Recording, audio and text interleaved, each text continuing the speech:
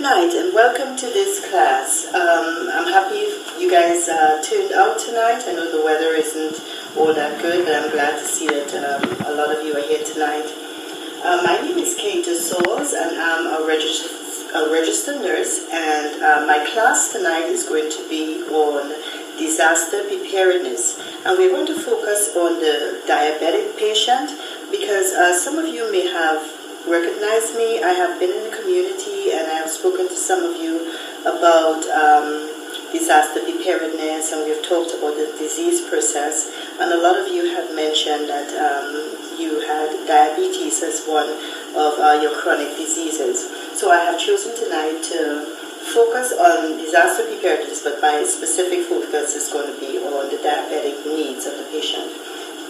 So first of all, I want us to discuss, diabetes, and it can relate to any other diseases.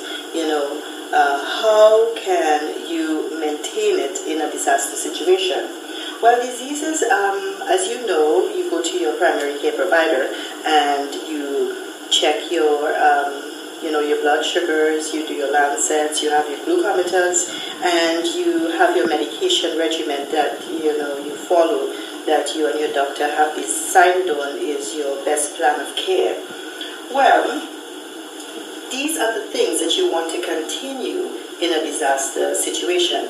Disasters happen so suddenly. Sometimes we do get a little forewarning of them, but sometimes it's not enough in actually to have a nice planned if we have to have an evacuation or even if we're going to stay at home. So that is how we're going to keep our disease under control in a disaster situation. All the treatments that we use, which includes all medicines, having all our supplies at hand. In a disaster situations, we're not sure what type of sanitation we're going to have, so it's good that we can get in detail and actually state we're going to go with, the alcohol wipes. We're going to have, for infection control, we're going to have our 2x2s or band-aids, so we're going to be a little specific today when we're going to do our med list. Dealing with health when you have a disaster is the important focus of today, and that's when we're going to deal with what to pack, how to pack, how to actually prepare. Now I have constructed a pamphlet that I left on each of your seats tonight, and we're going to work with that pamphlet tonight, and there's a detailed list in there. Now, the list entails a lot of other things that we're going to use, such as water, how much we're going to use per person, and, clothing, stuff that we're going to bed in, and different things that we can also pack. But we're going to focus tonight on the medication side of that and how it relates to the diabetic patient. So, if you would open up that pamphlet for me, and right in the middle of the pamphlet, to the right and the middle of the pamphlet, you'll see that I've constructed a lengthy list. In that list, you'll see where I instructed, okay, we're going to make a medication list.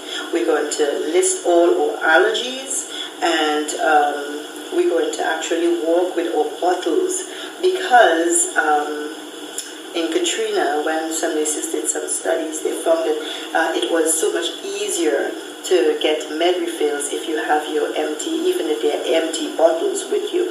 Okay? So those are some of the important things that we're going to do. The resources that we have available and a disaster situation, we have a lot of people willing to help, and that's one good thing about any community that you live in. You'll realize that a lot of people love helping others. So we have a lot of local groups that come out and actually help in a situation. We have churches, we have the Red Cross, and then we also have FEMA that comes out and actually help with a lot of the structural damage that, a lot of these disasters bring forward. So we do have a lot of resources. So what we're going to do is we're going to find out the resources in our community, and we're going to list that. Now, in that pamphlet, to the left-hand side at the top, you'll see where I place some personal information related to your health, also that I want you to list it this afternoon before you leave.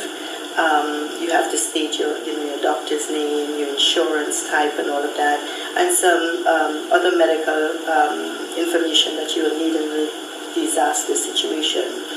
Under that information, I have placed a section called medication supplies, and it deals with your medication, any supplies that you may need to pack. And today, before you leave this class, we'll be able to actually construct that list, at least start that list. So, making the connection is important because a lot of people ask the reason, why would I plan for a disaster? It happens, maybe once, twice, 3 times in a lifetime. Well, it's because if we plan, it kind of alleviates some of the anxiety that we may feel in an impending, if you hear a storm is coming your way, you're going to feel less anxious knowing that you have prepared so well. So that is one of the reasons why we do it.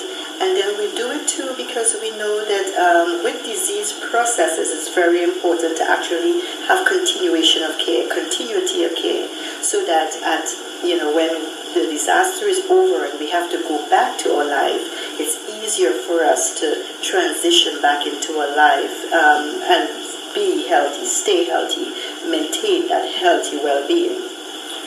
So, how can you continue health? And that's exactly how you can continue it in a disaster situation. Being prepared, checking your blood sugars by, taking your medications in a situation where, you're dependent on insulin, and we're going to discuss that also in the pamphlet. It's a little more risky, so that's why we're going to start working on the medication list today. Because you may need to have coolers, you may need to have ice packs available. So things like that, you don't want to forget, you want to be able to have your insulin with you.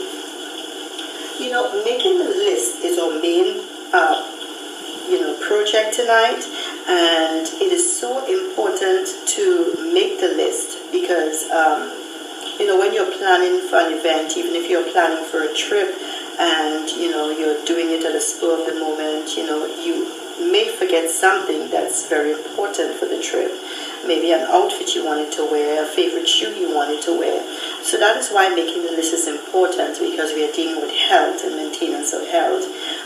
So making the list will actually guard against, the health not following the plan of care that you and your doctor have set out. Okay?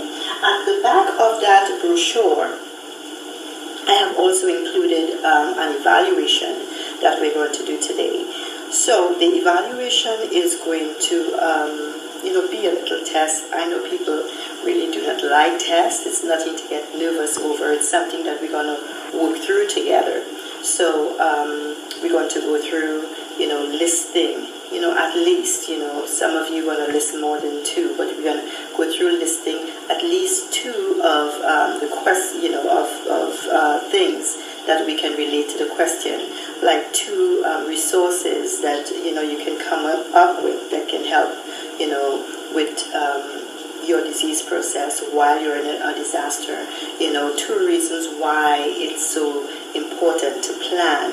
And so we can know how well, you have caught the information, and maybe questions may pop up, what kind of questions that you have.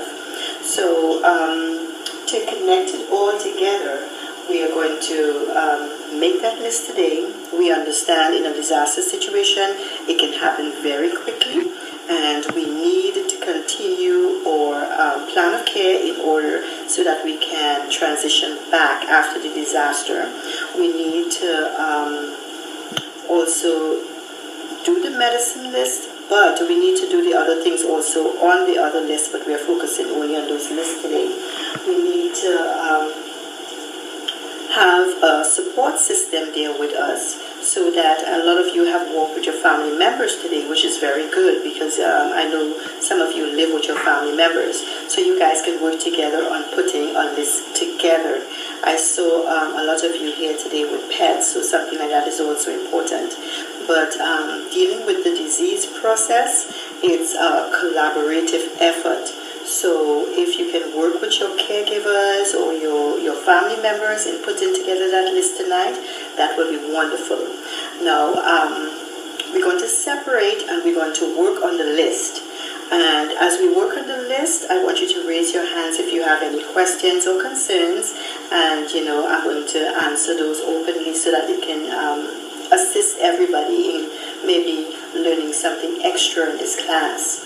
And if you guys have anything to maybe contribute, because in this class a lot of people have contributed additional stuff that should be on their list, which was important to them. So maybe we can add to that list today.